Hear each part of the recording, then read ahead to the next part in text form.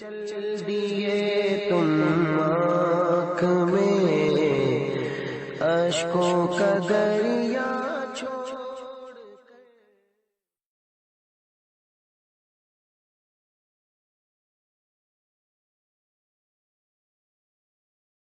وعلیکم السلام ورحمۃ اللہ۔ جناب جنید رضوی صاحب، صدر جماعت رضائے مصطفیٰ شاخ قلم بولی، نوی ممبئی، مہاراشٹرا۔ آپ نے مجھے ایک پوسٹ بھیجی ہے اور اس کا جواب طلب کیا ہے۔ یہ پوسٹ ہندی میں ہے اور غالباً یہ پوسٹ آپ کو آج ملی ہے۔ ہمیں یہ پوسٹ برسوں سے مل رہی ہے اور ہمارے علماء نے اس کا بہت معقولیت سے قرآن و سنت کی روشنی میں جواب دیا ہے۔ شاید آپ تک وہ جواب نہیں پہنچا، ورنہ آپ یہ سوال دہراتے نہیں۔ چلیے ایک مرتبہ پھر میں اس کا جواب دیتا ہوں۔ یہ کسی وہابی کی بنائی ہوئی پوسٹ ہے جس کو اللہ والوں سے، ان کے آستانوں سے، ان سے محبت کرنے سے بڑی سخت چڑ معلوم ہوتی ہے، تبھی اس نے اس قسم کی بکواس اس پوسٹ کے اندر کی ہے۔ اس پوسٹ کا جو ابتدائی حصہ ہے وہ یہ ہے کہ قبر پرستوں، آپ کے ولی زندہ ہیں تو بتائے اس کی موت کب آئیں گی۔ بولنے والا اتنا جاہل ہے، وہ حیات بعد الممات کا قائل نہیں ہے۔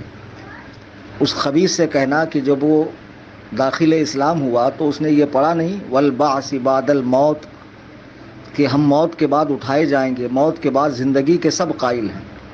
اگر موت کے بعد انسان زندہ نہیں ہوتا تو قبر میں جب فرشتے سوال کرنے آتے ہیں تو وہاں بھی جواب دیتا ہے یا لیٹا پڑا رہتا ہے، لات گھونسے کھاتا رہتا ہے؟ تو ظاہر سی بات ہے جواب دیتا ہوں گا۔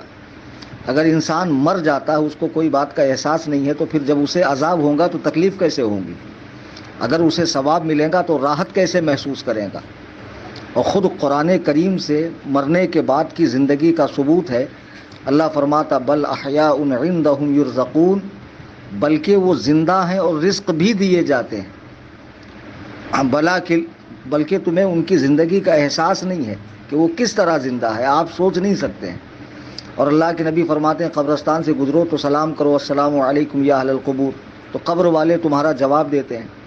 اب بتائیے، آپ نے سلام کیا، انہوں نے سنا، انہوں نے جواب دیا تو آپ نے سن لیا، اور خدا نہ خواستہ کسی دن سن ہی لو تو آپ کی حالت خراب ہو جائیں گی۔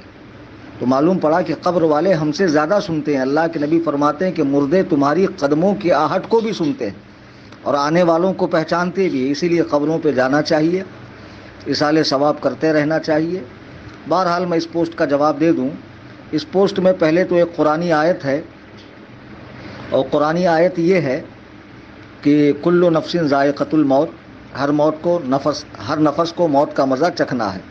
تو بھائی اس کا تو کسی نے انکار نہیں کیا، ہم تو خود ہی کہتے ہیں کہ جو بھی ماں سوائے اللہ ہے، اللہ کے سوا جو بھی ہے، انسان ہوں، جنات ہوں، چرند ہوں، پرند ہوں، درند ہوں، ہوا کے ہوں، زمین کے کیڑے مکوڑے ہوں، سمندر کے جانور ہوں، ملائکہ ہوں، جو بھی ہے اللہ کے سوا، کل من علیہا فان، ایک دن سب فنا ہو جائیں گے۔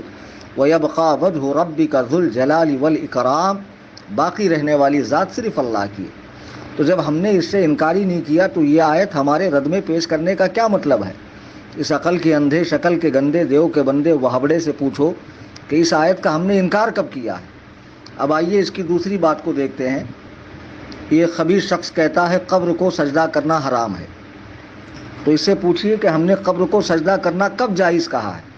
جو جاہل لوگ کرتے ہیں اس کے ہم ذمہ دار نہیں، جو سندل، بنڈل، چادر، گاگر، بٹن کھا کے، نشے میں چلم پھونک کر، اس پارٹی کے ہم لوگ نہیں ہیں۔ ہم لوگ اعلیٰ حضرت امام احمد رضا خان فاضل بریلوی کے سچے مسلک کے پیروکار لوگ ہیں، تو ان کے مسلک میں یہ خرافات ہے ہی نہیں۔ اعلیٰ حضرت رحمۃ اللہ علیہ نے الزبدۃ الزکیہ میں صاف صاف سجدے کی دو قسمیں لکھی۔ ایک سجدہ جو عبادت کے لیے ہو، سجدہ تعبدی کہتے ہیں، وہ کسی کے لیے بھی ہو کفر ہو جائے گا، اور اگر تعظیم کے لیے ہو کہ پیر صاحب آ رہے ہیں، جیسے بعض خانقاہوں کے اندر دیکھتے ہیں کہ پیر صاحب کو سجدہ کیا جاتا ہے، تو یہ حرام، سخت حرام، اس کی اجازت اللہ کے نبی کے لیے بھی نہیں ہے، تو 2 ٹکے کے پیر صاحب کے لیے کیسے سجدہ جائز ہو جائے گا؟ تو بہرحال سجدے کو ہم نے جائز نہیں کہا، تو اس حدیث سے تو ہمیں اتفاق ہے۔ اب آگے یہ صاحب صحیح مسلم شریف کی ایک حدیث نقل کرتے ہیں کہ اللہ کے رسول صلی اللہ تعالی علیہ وسلم نے کیا لکھا انہوں نے قبر کو سجدہ کرنا حرام بخاری کی، تو قبر کو سجدہ تو ہم بھی حرام کہتے ہیں، قبر کو پختہ کرنا حرام۔ انہوں نے حوالہ دیا ہے صحیح مسلم کا، اور حدیث نمبر لکھی ہے 42-22-47۔ اب دیکھیے یہ حدیث صحیح مسلم کے اندر کس طرح ہے۔ یہ حضرت ایوب حضرت زبیر کی روایت ہے، اور انہوں نے حضرت جابر سے نقل کیا ہے، اللہ کے نبی فرماتے ہیں قال نہی عن تقصیص القبور، قبروں کو چونا لگانے سے منع کیا اللہ کے نبی نے۔ اب یہ کہہ رہا ہے کہ قبروں کو پختہ کرنے سے منع کیا۔ کوئی وہابی مائی کا لال جس نے اپنی ہی ماں کا دودھ پیا ہو، کسی کتیا کا دودھ نہ پیا ہو، فقیر Muhammad Kaleem Hanfi Rizvi from Kurla west Mumbai, mobile number 9820672770، any time most welcome for مناظرہ، کبھی بھی آ سکتا ہے مناظرہ کرنے کے لیے۔ اور اس حدیث کو صحیح مسلم میں جیسا اس نے ہندی میں لکھا، اللہ کے نبی نے ہندی میں تھوڑی فرمایا، اردو میں تھوڑی فرمایا، اللہ کے نبی فرماتے عن جابر قال نہی عن تقصیص القبور، حضرت جابر کہتے ہیں کہ اللہ کے رسول صلی اللہ علیہ وسلم نے قبروں کو چونا لگانے سے منع کیا۔ اور یہ آپ کو چونا لگا رہا ہے، یہ لوگوں کو چونا لگا رہا ہے۔ بتاؤ چونا لگانا کتنی بری بات ہے۔ دنیا میں ایک پان والا ہی ہے جو بول کے چونا لگاتا ہے، زیادہ لگاؤں کہ کم لگاؤں، اور یہ وہابڑے ہر ایک کو چونا لگاتے ہیں۔ اب یہ وہابڑا کہہ رہا ہے کہ حدیث میں ہے کہ اللہ کے نبی نے قبر کو پختہ کرنے سے منع کیا، اور حدیث کا نمبر ہے صحیح مسلم کا 2247۔ دنیا میں کوئی وہابڑا جس کو ذرہ برابر شرم ہو تو وہ یہ حدیث مجھے صحیح مسلم میں دکھا دے، اس کے وزن کے برابر اس کو میں سعودی ریال دوں گا جس پر وہ رال ٹپکاتا ہے۔ حرام خورو، جب یہ حدیث صحیح مسلم میں ہے ہی نہیں تو تم نے جھوٹ کیسے لکھا؟ اب آگے یہ لکھتا ہے ابو داؤد شریف کی حدیث نمبر 32-36 کے حوالے سے کہ اللہ کے رسول صلی اللہ تعالی علیہ وسلم نے قبر پر لکھنے کو حرام کہا ہے۔ کیا لکھا ہے؟ قبر پہ لکھنا حرام ہے، جبکہ قبر پہ لکھنا حرام نہیں ہے، قبر پہ لکھنا منع ہے۔ اور ہم لوگ قبر پر نہیں لکھتے ہیں، قبر کے سرہانے ایک کتبہ لگاتے ہیں، ماربل کا، سنگ مرمر کا، کوئی پتھر کا، اس پر مرنے والے کی تاریخ پیدائش اور ڈیٹ آف ڈیٹ لکھتے ہیں اس کا کہ یہ کب وصال کر گئے، تاکہ لوگوں کو معلوم پڑے کہ یہ قبر ہے، اس پہ چلنا، اس پر بیٹھنا، اس پر کھانا پینا، اس پہ مسجد بنانا جائز نہیں ہے۔ اور قبر پہ لکھنا منع ہے اور قبر کے سرہانے لکھنا منع ہے، یہ دونوں میں فرق ہے۔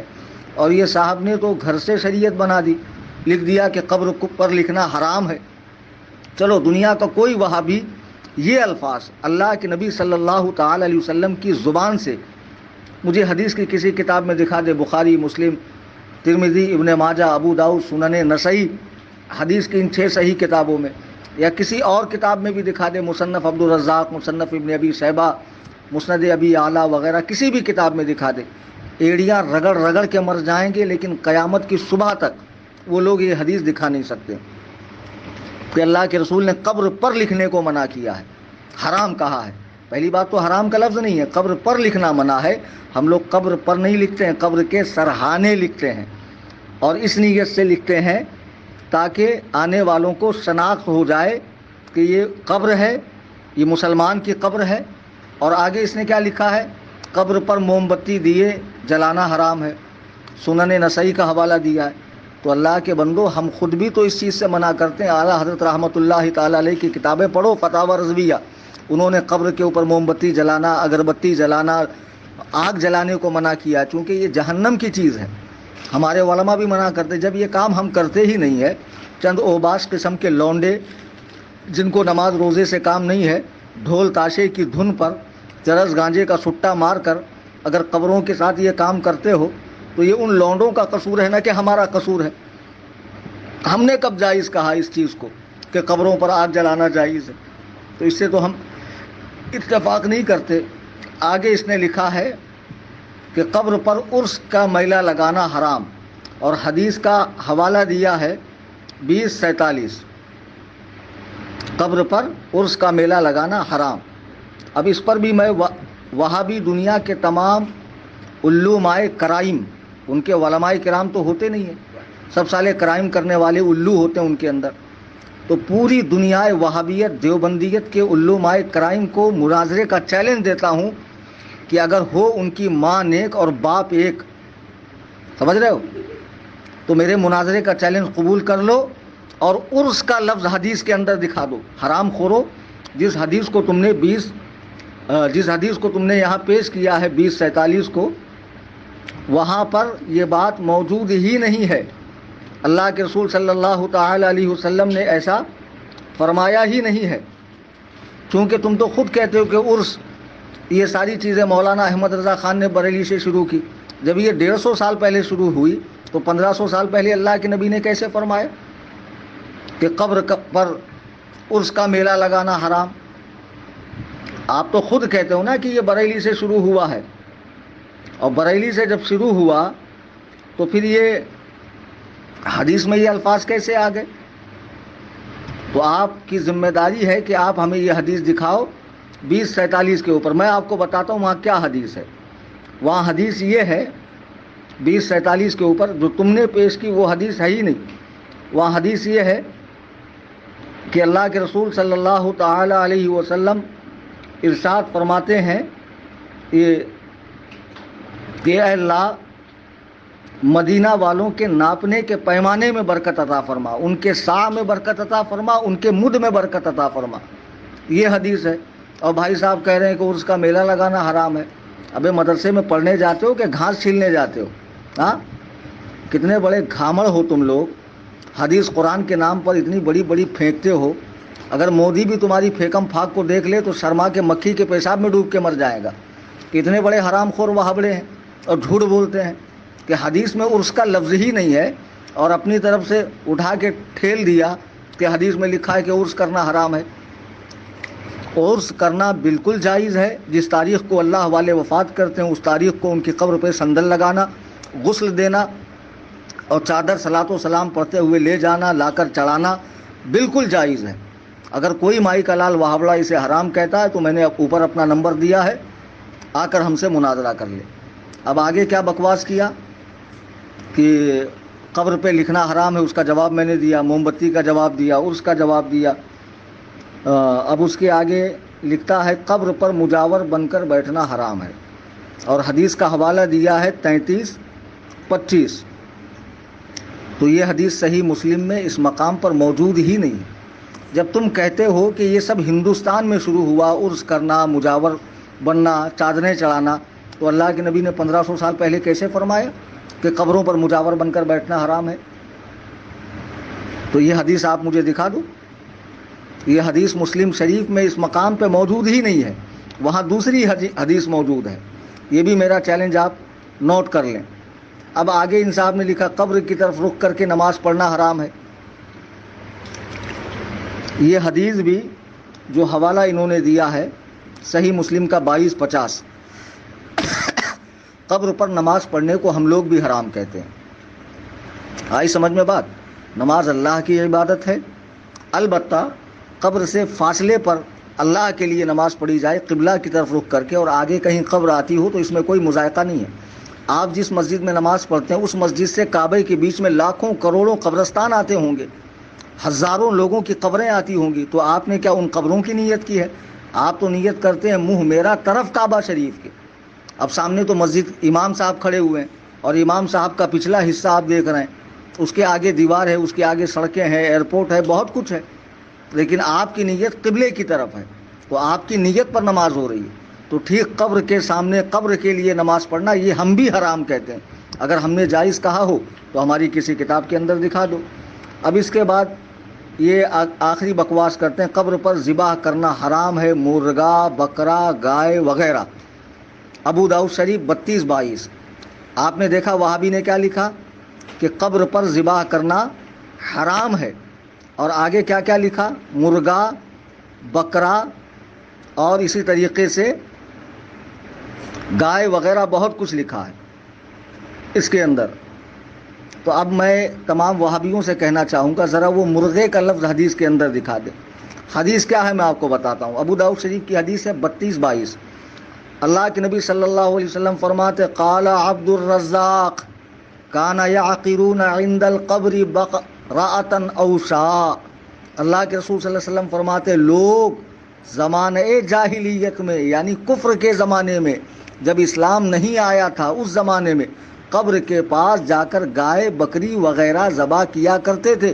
مرغے کا لفظ تو حدیث میں ہے ہی نہیں. واہ رے کتنے بڑے وہابڑے جھوٹے ہیں یہ. جھاپک جھوا داڑا رکھ رکھ کے 3 میل کا یہود چھاپ داڑا ناف کے نیچے تک.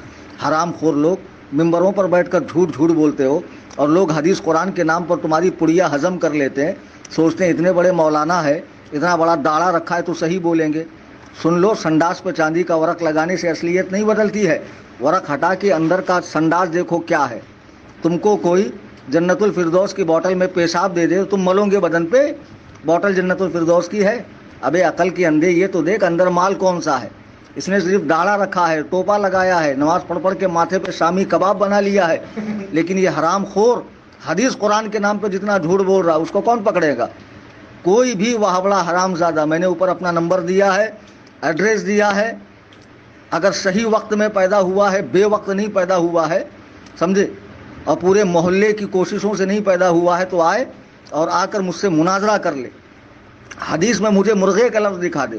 حدیث میں مرغے کا لفظ ہی نہیں ہے.